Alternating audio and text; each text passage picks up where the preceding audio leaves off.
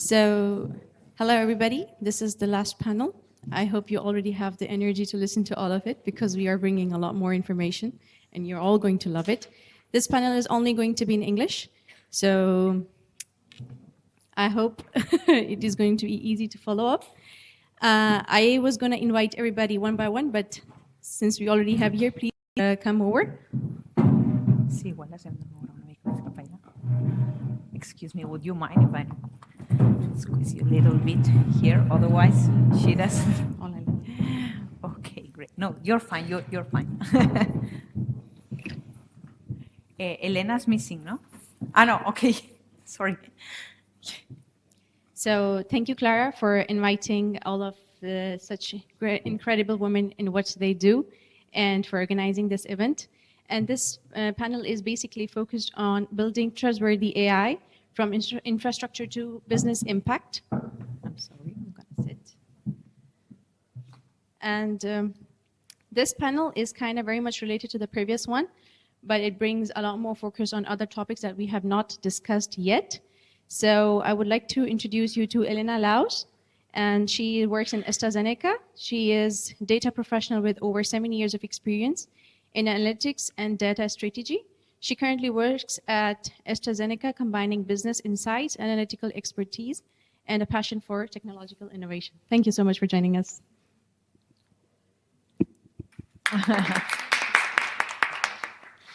I would also like to introduce you to Viktoriia.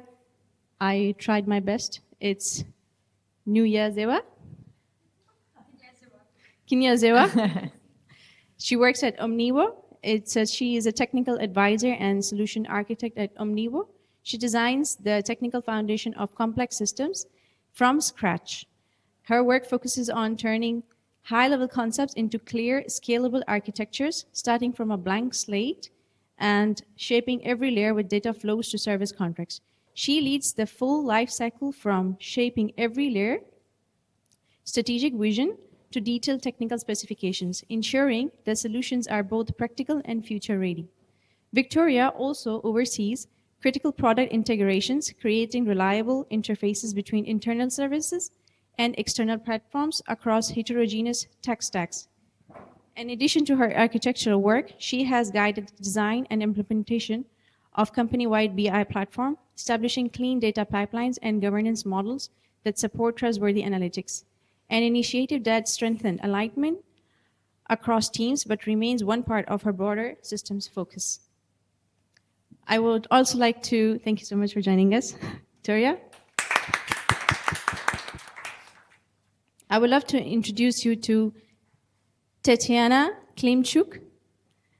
She is the co-founder and CEO of SomIA Solutions, a company specializing in trustworthy artificial intelligence for enterprise environment. She holds dual PhDs in mathematics from Polytechnic University of Catalonia and Taras Shevchenko National University of Kyiv, with additional masters in optimization and mathematical physics. She has a solid research background in linear algebra and matrix theory, with 18 scientific publications in indexed international journals and a chapter forthcoming with Springer Nature on responsible AI. Before founding SomIA, she worked as a senior data scientist leading advanced analytics and AI projects in real-world environments. She combines her role as director of SomIA with teaching at the International University of Catalonia and her work at the Observatory of Artificial Intelligence and New Technologies.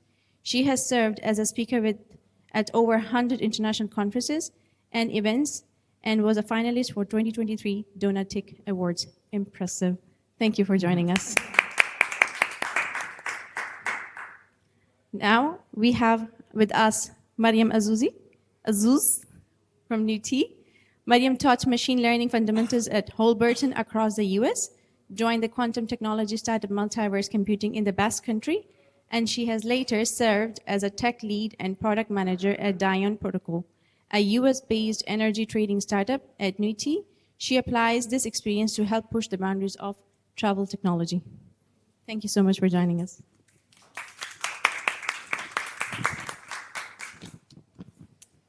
In this panel, we are going to do some introduction of what we are going to talk about. and then later we will come back to the questions.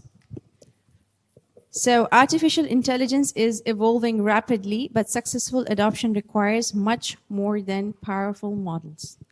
Organizations need scalable architectures, reliable data foundations, robust governance, and a clear focus on business value. In this panel, we will explore how technology leaders are designing AI systems that are not only innovative, but also trustworthy, resilient, and ready for real-world deployment.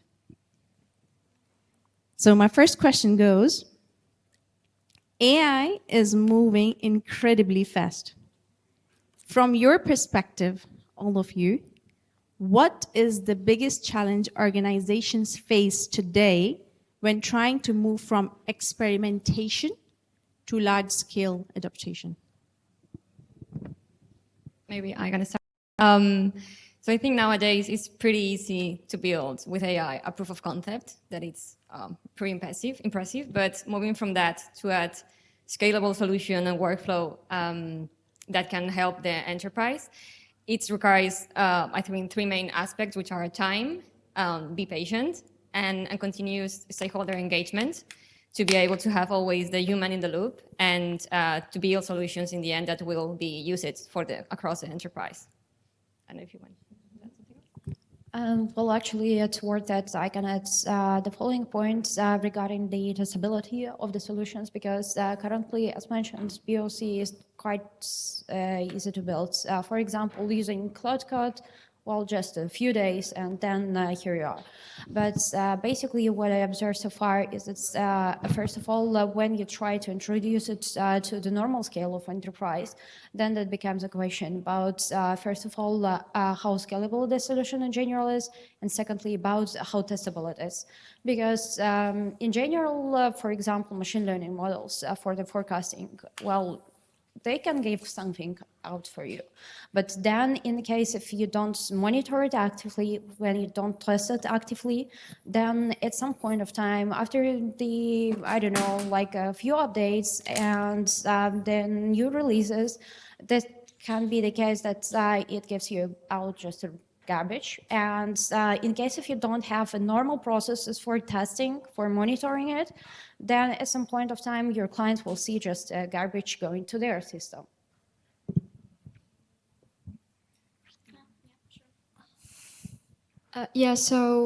Basically, most of the things were mentioned.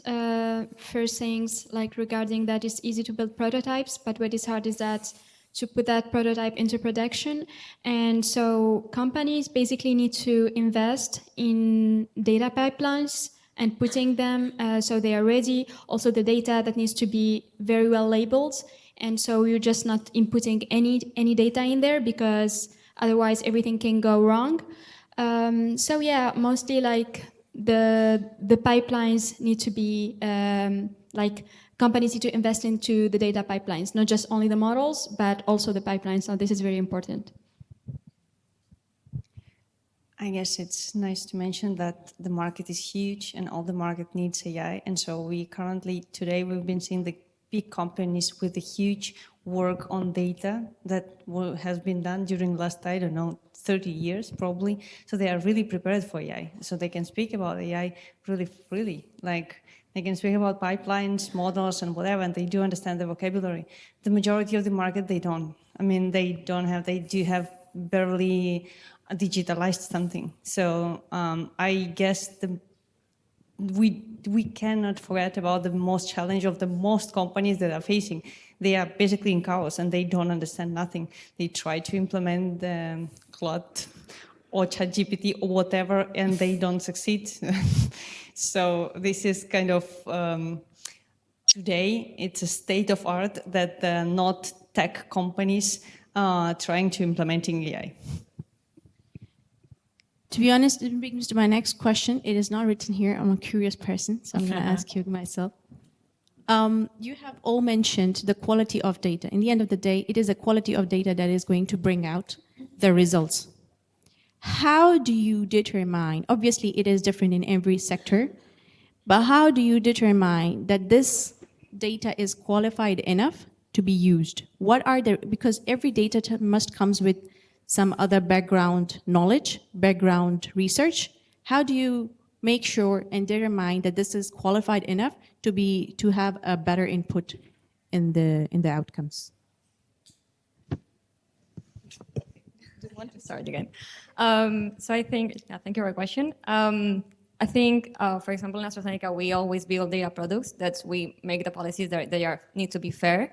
So they need to be reliable, they need to be accuracy, and that's the way that we are building these data products, which in the end contains the data sets and the tables with information. So we always make them to be fair and to be ready also for the user to be use it.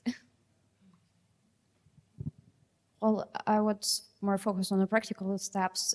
So first of all, because for now we widely use DPT models, so basically there we introduced as a test automation from perspective of DPT tests, meaning that every model gets tests like on a quite low level, comparing the most strict conditions, for example, like that the values can't be less than 0, so on and so on. Secondly, we introduced additionally adapted tests so that we query the operational databases and compare the data with the data we have in our data warehouse, meaning that when we executed the next pipeline with the next release, for example, or there is also an active monitoring we implemented. So we regularly just check what API, for example, returns to us and compare it to the aggregations we get from the MARTs. So that helps a lot. And secondly, as for example, for the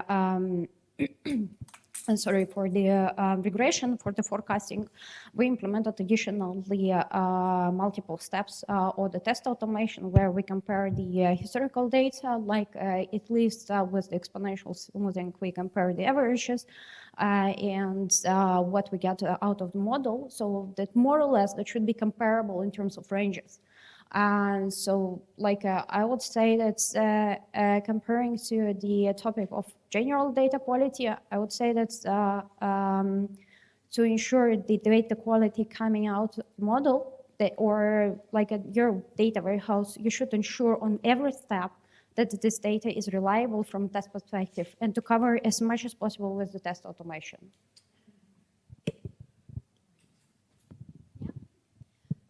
Okay, so regarding the data here, there are two things. So first, if you are challenged with having already data that isn't there in the system, so you need to make some initial data analysis, right? You need to check if you have like missing data are in the correct ranges. Those are basic analysis that needs to be done basically before any machine learning problem. Now, the second thing, if you are building your own data, like starting from scratch, you are going to set a couple of rules that you want the data actually to follow. And so even if the data or there are some labels that happened, unfortunately, so you can tackle that by investigating the end result of the model. So you can check the wrong labels that the model got and check why it got them. If it was trained on labels that are actually wrong, so it's going to end up giving wrong results. So it's kind of a loop that the model gives you a feedback, and from there you can enhance the ground truth that you have. So I would say that, I mean, both are challenging, like whether you are starting from scratch, like putting in your own data and trying to have the correct labels, or also like having already data that is in the system and you need to check it and to clean it. Yeah.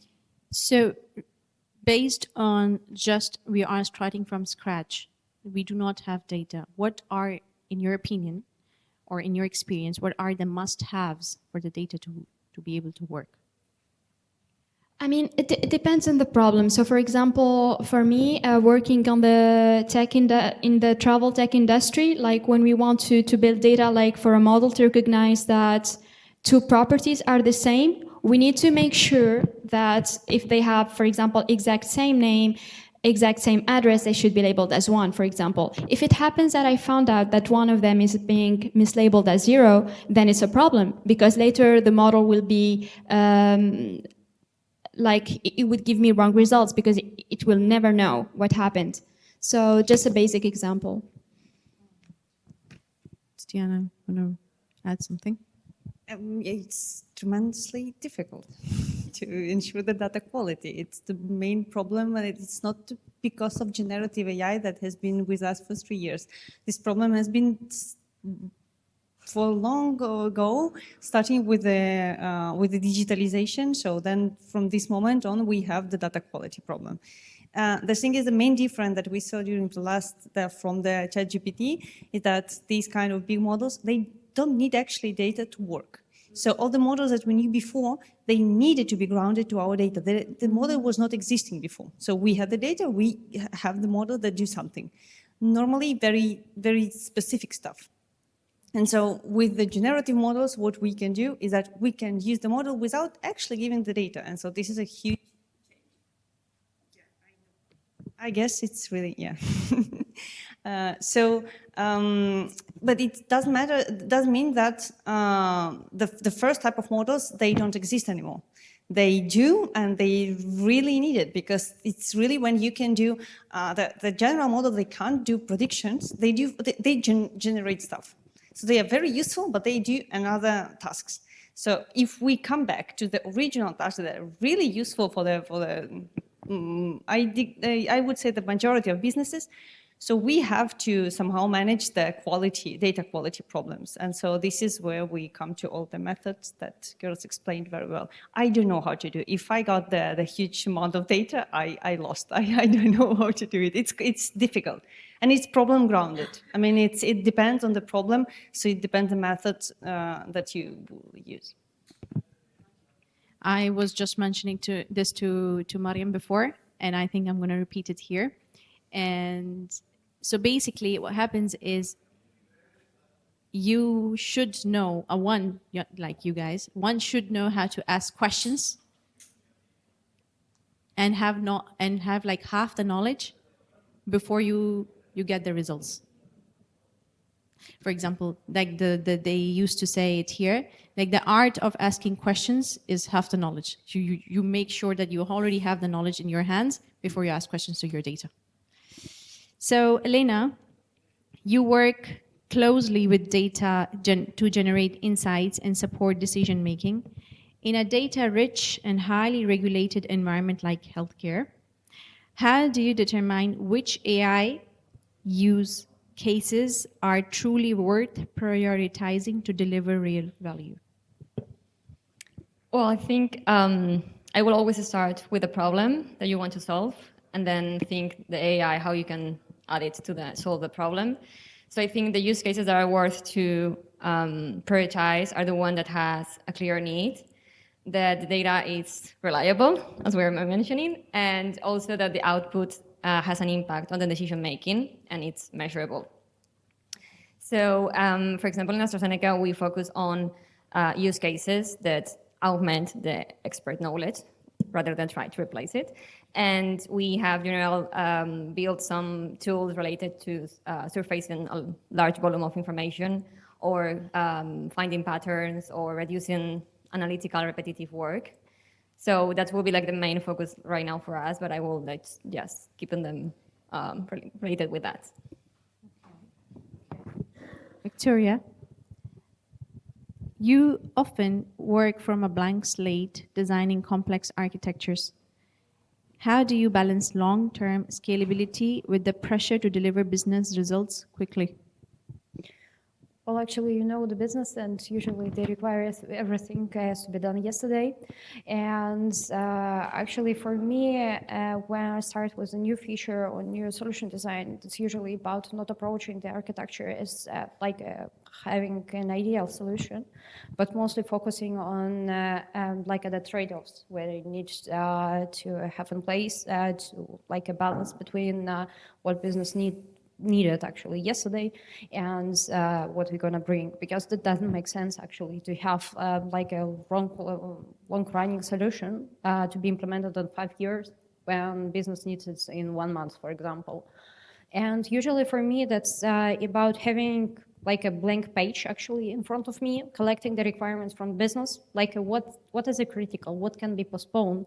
Of course, for business, that's usually they can come to me with some general ideas about that they want entirely whole platform running tomorrow. No, guys, unfortunately, that doesn't work like this. And then we need to collect the requirements, prioritize them to align about the most critical, and then to design in terms of the potential scalability, what they expect in the future, keeping that in mind, of course. But on the other hand, to focus on what is critical. For example, I know that for now, the microservices, well, you know about the entire world being based about the microservices. Let's build them even for the string generations. But actually, I try to be pragmatical there because I'm like not against of building, for example, the monolithic applications with the modular architecture inside, so that with the future that can just to be split, and that's all. Actually there, as for me, I have the following guideline, at least what I keep in mind, usually starting a new project. First of all, collecting critical requirements. Secondly, about assessing what we expect in the future in terms of the most critical metrics, especially SLAs. And non-functional requirements, and then starting from, first of all, POC, at least ensuring that this model might work somehow. Secondly, moving towards MVP, and then building everything by phases and adapting based on the feedback loops from business. So basically like this. This is actually a long process, and I don't know how you do it. Thank you so much. Tetiana brings me to my next question.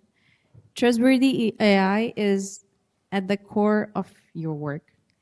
As organizations deploy increasingly autonomous systems, what does trustworthy AI actually mean in practice? I guess each one here, they somehow contribute to AI that we can trust on the different levels. So first, the level of infrastructure, that everything has to be built the way that all the requests that has been processed correctly, that everything is arrived correctly. So this is the first challenge, that it's robust system, that it's scalable system. Then we go to the data level.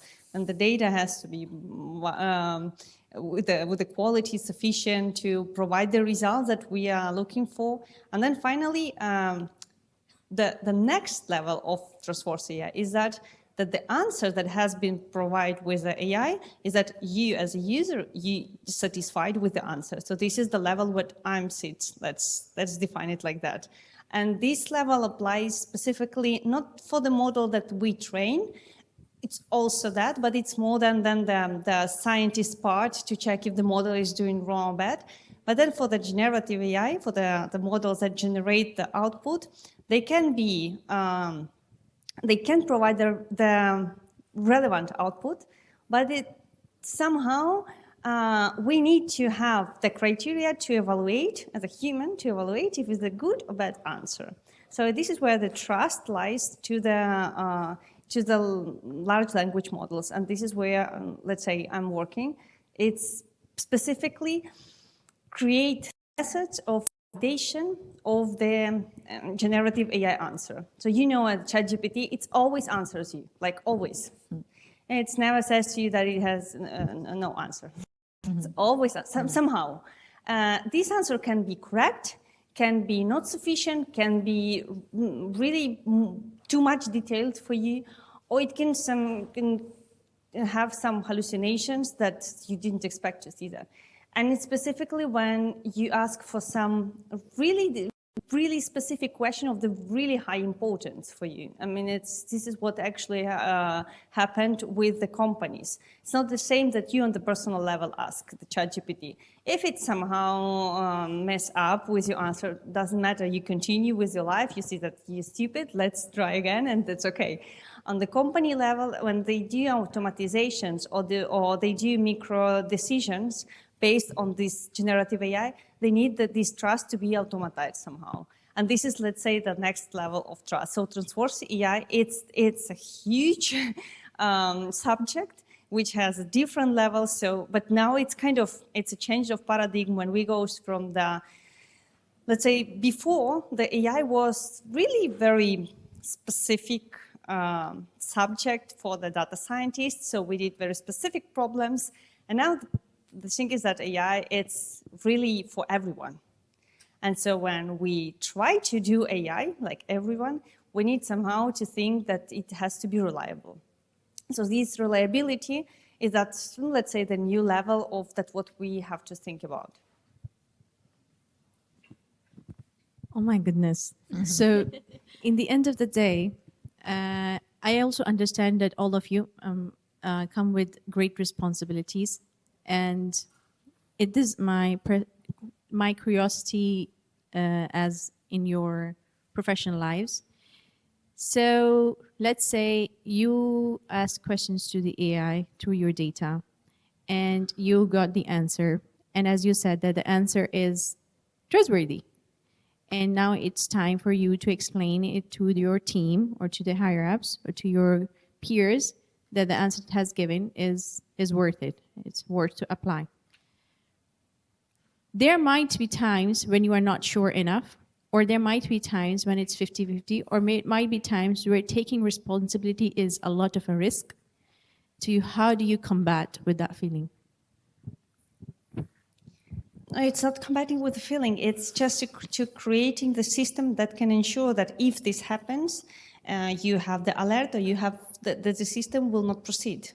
And it's difficult to do, but it's possible in the way that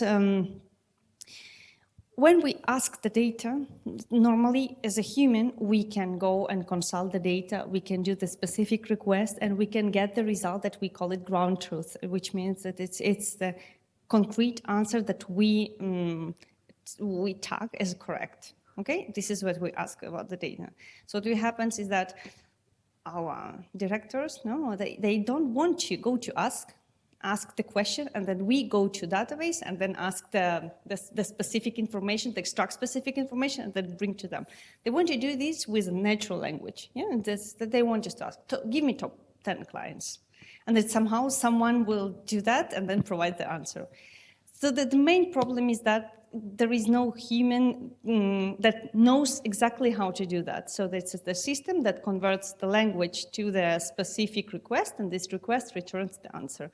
And so how to ensure that this works correct and that your director gets the correct answer. And then if it's not correct answer, that will be your fault of creating this system. So to do that, it's just you have each answer, you have to check the process that has been executed, and you have to have the set of the validation. It's like, but if you ask me about the client, this is what the answer that I expect and not another one. And so this is the automatically validate. If you see that something, if the programs of validator, if the validator see that something is going wrong, it just stops this answer from being showed to the person. It just goes to you probably and say, look, I don't know how to answer this question. Can you please check it? So this is how it works right now. Tomorrow it probably will be different. It's really changing right now. Okay. Maryem, you have worked across education, quantum computing, energy trading, and several technology. Which industry do you think is currently making the most effective use of AI, and why? Okay, so first, there isn't like a single industry. So I think that the real differentiator here is how each industry is integrating the AI and making the most out of it. So for AI, at least in education, the way I see it is that there are two things. So first, you can use AI to break really complex topics into smaller ones and to know the best resources that would help you understand a specific topic. For example, you would take Perplexity instead of ChatGPT to look for more trustworthy resources and use ChatGPT for another task. Also, like for me, at least like right now, even in my day-to-day like life, how I use ChatGPT to learn new skills is that I would look into a topic, ask ChatGPT to actually make an assessment for me. And so I go to that assessment and I look at the questions and I answer them myself. And then so I can have like an iteration between me and ChatGPT and not just directly, hey, ChatGPT, what is this? That way I'll be super biased and I wouldn't understand. But when I want to understand a new thing, the best thing to understand something new is really to ask questions step by step in order to know how did we get to the final goal. And so for me, this is very interesting because also it helps your brain just iterate and look for answers and not just get them directly from ChatGPT. Yeah, and so for the travel tech, I mean, there is huge opportunities starting from recommendation systems like recommendation hotels and also understanding the profile of your clients. And so, you know, what they want next, what kind of services they're delighted. And also there is the customer support that right now is using a lot of AI in the travel, because when we say a happy client, it means that this client is getting answers very fast, right? And so that does not mean that we are totally replacing customer service people. And customer service people are there, but the AI is there to help them reduce the redundant questions. When questions are very similar, they're being clustered together. And so you don't have to do 100 billion requests. You just need to focus on the 100 cases, the hardest ones, and let the AI handle the redundant tasks. How? By actually looking at the questions that were previously answered and clustering them and just giving you the answer, basically. So, yeah, so I would say depends. It's like an automatic frequently asked questions integrated? More or less, yeah. There are right now AI models like cross encoders that actually use ranking, and they will actually give you the most accurate questions that is very similar to yours, basically, and just give you the answer. So, yeah. Got it. So brings me to my next question. Many organizations are discussing AI governance, but fewer have implemented it successfully. What practical steps should companies take today to ensure responsible AI adoption in future? Right. So we have the LLM, and when we say AI governance, it means that we have some kind of safety. And when we say safety, it means that we need to control more or less the input to the LLM and the output of the LLM. When we say the input of the LLM, we want to prevent personal identifiable information from leakage inside the LLM. And so we need to put in systems to actually validate the queries that you enter. It maybe have some inappropriate content, and we don't want to have that inserted into the LLM. And also for the output, we don't want to have hallucinations. And so if I ask you about a topic, if I ask you, okay, can you please give me the recipe for the best pizza in town, and you don't know that, you just don't invent it. And so basically, these kind of guardrails, input, output to the LLMs need to be there. There must be some iterations on the validations of the LLM. Yeah, so this is what I would say.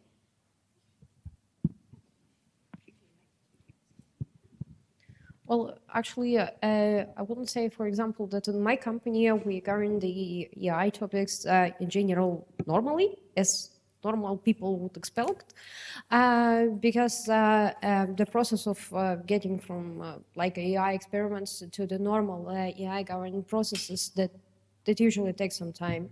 And actually, as practical steps, I would say that first of all, it's about collecting the spheres of AI applications. Secondly, about aligning the data privacy security topics, infrastructural restrictions you have, for example, and architectural components that restrict somehow the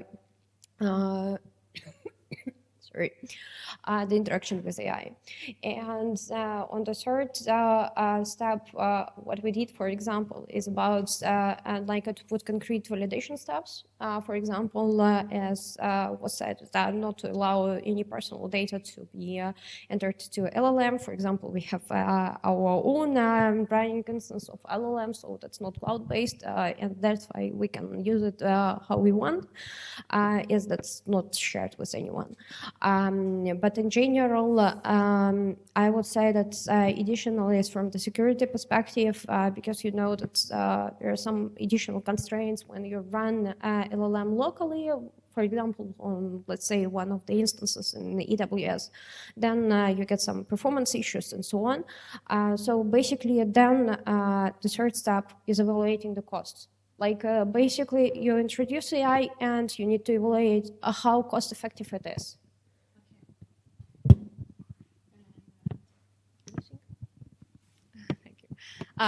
Yeah, so for us in the pharma sector, we have several agencies for regulatory principles that set across Europe and US.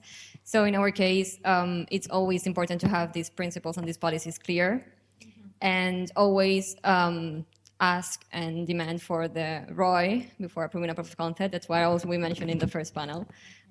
So that's one of the two key things for us in the AI governance.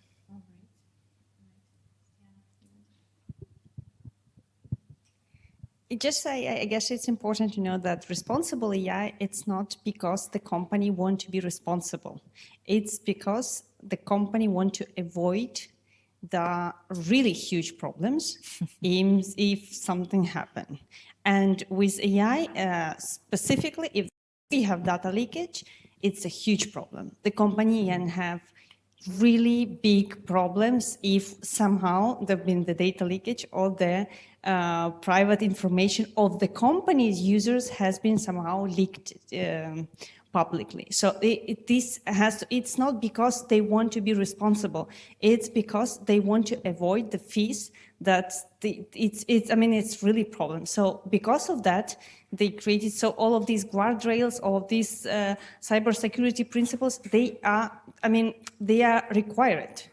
It's not because they want to do that. And with the AI, it has been opened like another level of the problems that the company has never been worked with. One thing is that you have the system that is really much controlled and they can be hacked from some specific ways. But then LLMs, they are produced output in uncontrollable way. This is one problem. But they somehow can give you the data. Somehow can give you personal details because they want to, because whatever. So this is the one problem. And the second, that also the hacking method to enter the prompt, to provide, some system instructions to the LLM. LLM now, or agent now, could have in the company the important tools to execute stuff. They can clear your database, they can copy your database and send it whatever. This is it's new danger that the company is facing. So responsible AI, it's mostly about that. It's not only about that, it's about user experience also, but it's a quality, and then it's also the company image, and this is all about business. It's a business side, but then we have the security side, which is required, and it's by law. So because of that, we're all doing this. Bringing all the topics that we have discussed just now brings me to think, and I'm going to launch the question. In the next 3 to 5 years, which capability will become the true differentiator? Better models, better data, stronger infrastructure, or stronger human oversight?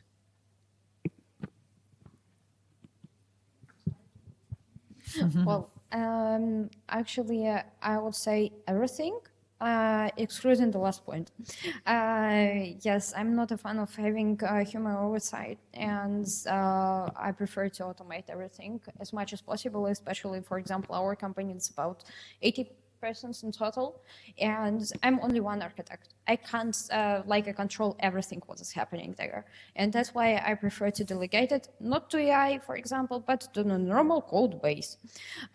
Yes, you can say that I'm old-fashioned here, and the thing is that for the models quality, data quality. Infrastructural things, for example, the bigger instances, let's say in the cluster or whatever, there that can be automated, that can be controlled by the machine to machine, so to say. In terms of human, what I see there, that's about for example, like LLM output control, because, for example, recently I was experimenting with Cloud Code, and for a quite simple feature that I introduced additional Python package, guys, really? Then it became quite massive cleanup process for me, removing this stuff and so on. What's about the human interaction there? I would say that's about the architectural control, because AI, as for now, I don't see the possibility of AI growing as an architect, really. Sometimes it really overcomplicates the things when they should be kept simple. About the models, about the data, about the infrastructure, obviously, that will be the most critical points, actually, I would say.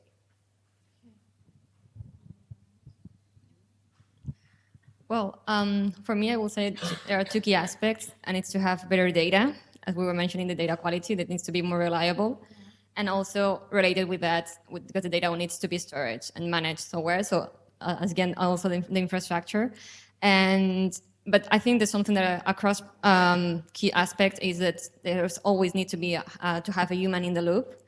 And I think also that the models are already transformative enough, but the data and the metadata that surround it and that use it are not at that level in most cases. So that's why I will say that the data will be the key aspect for me. And then, yeah, always have human in the loop and infrastructure as well.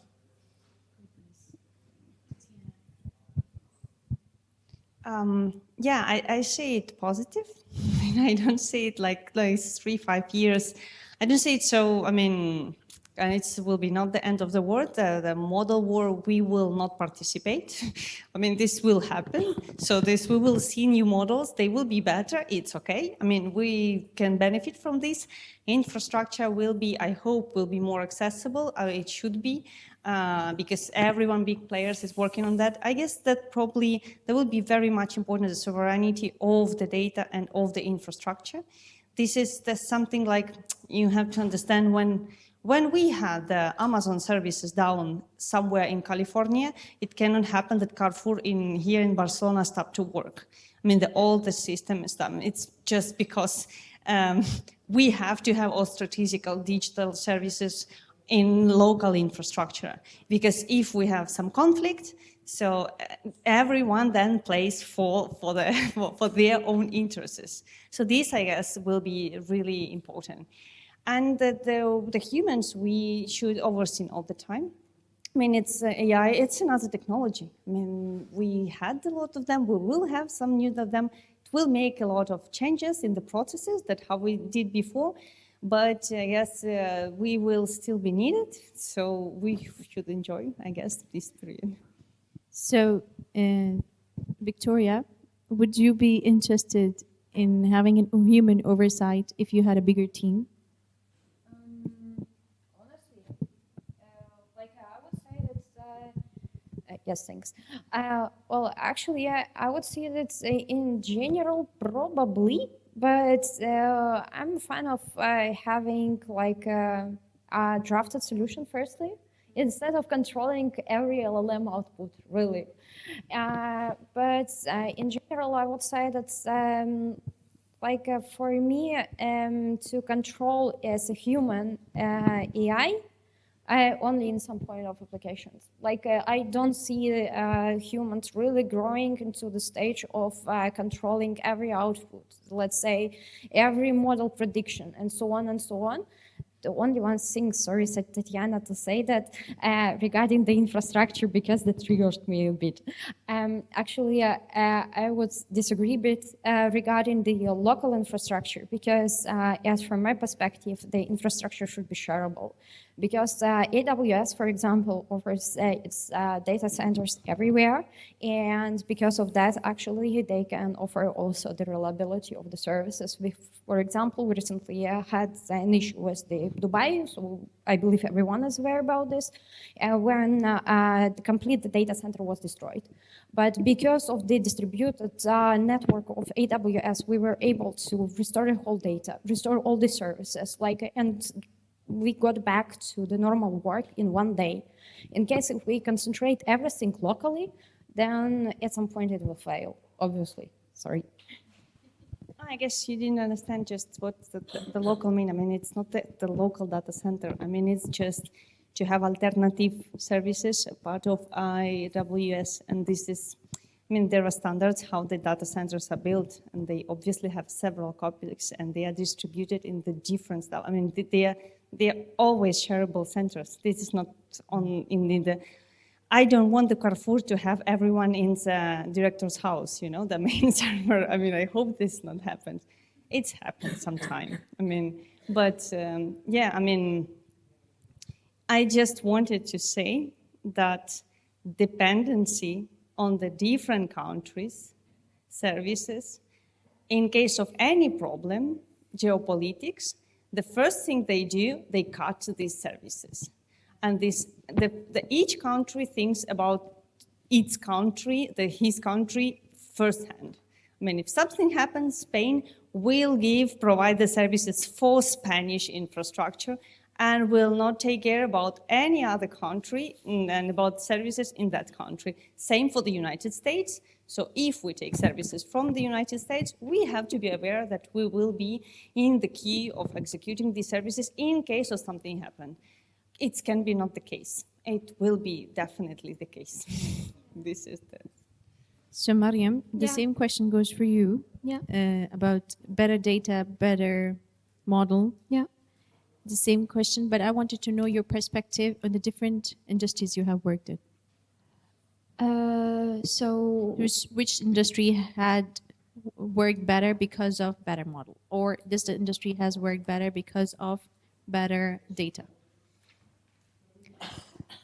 I mean, for example, in my experience in the travel tech, so we have tested different models, and we start first by really basic ones, like no generative AI, and then we compare that to generative AI using LLMs, for example, for comparison.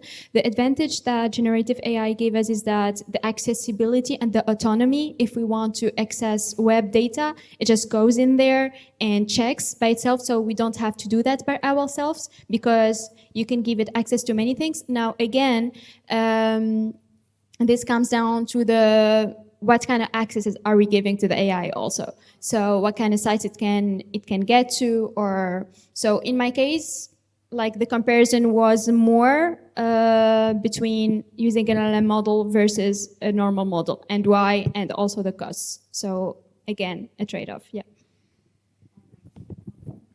So my final question to everyone here.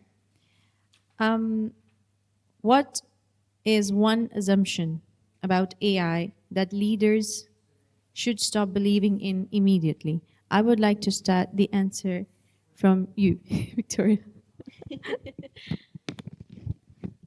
Well, actually, I would say two things. First of all, implementing AI just for implementing AI.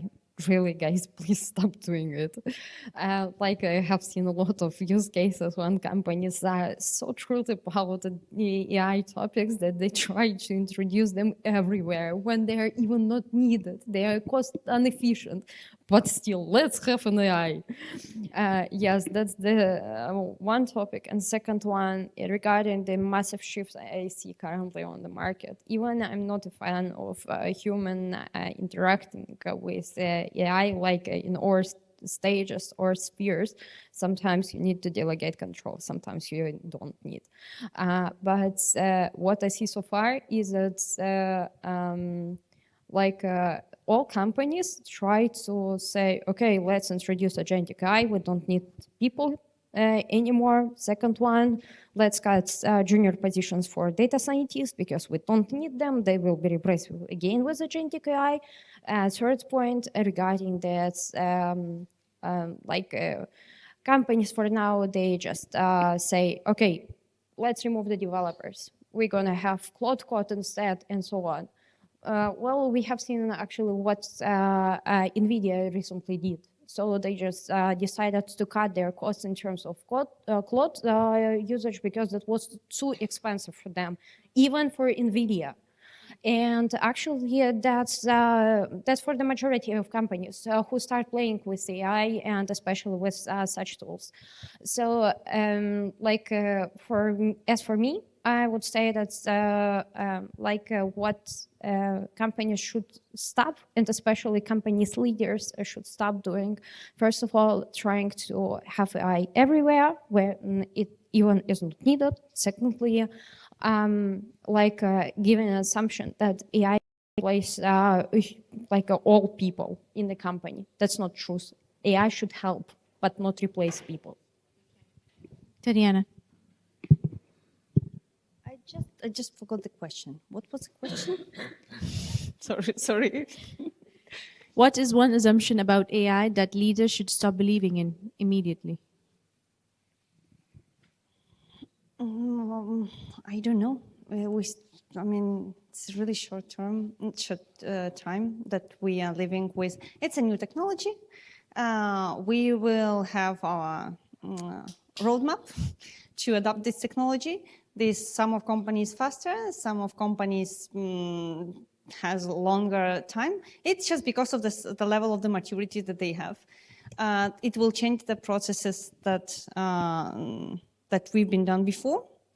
But where we will arrive finally, all of us, I have no idea. So probably all of the companies, they're doing well. They just look at the market and they're looking at the competitors and they look what competitors are doing and they try to copy. It's really good idea.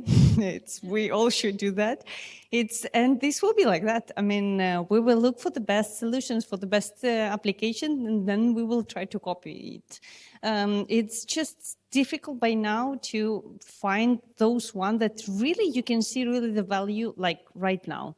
Normally the implementation of the AI, it's not the immediate value. It has to be the objective or the strategic value of the decreasing the operational costs or something like that, something which is really barely can be measured. So what probably has to be explained is that the AI implementation and from the business point of view, it's not only about some reducing or increasing some metrics. It's also kind of changing the processes, which can be always, it's investment. It's implementation of the new technology. It's R&D. It's always been with us. So it's probably, we have to understand that it's not doing the AI to have a chatbot because, we have plenty of chatbots now. So this is my point. So we are above our allotted time, but I would love to hear your thoughts, Maryem and Elena, and we will conclude our session for today. Yeah, sure. So 100% what both Viktoriia and Tetiana mentioned. Just so just to add, I think they need to really think long term better than short term, because right now if you're just thinking of, hey, let me adapt to the trendy technology and then get rid of my juniors, and then one day your juniors are going to be seniors, and so if you get rid of them right now and you cut them and you're just thinking very, very short term, and then one day you will need someone to fix your broken code and the wrong architecture that right now the LMs are getting very complex and super hard to debug. So I think really thinking long term instead of just very, very short-sighted. So I think this is the most important advice for top leaders. I'm passing to. Yeah, just as a quick final sentence, I think in every company they should stop thinking that the AI it's inherently cheaper than the human labor. That's a final sentence. Thank you so much for all of your aportations, especially realizing that whatever we have spoken about today, in the next year is going to be completely different thing, and we will have to restart, maybe probably from zero again. But if you can build from scratch, I think there's a lot to build already.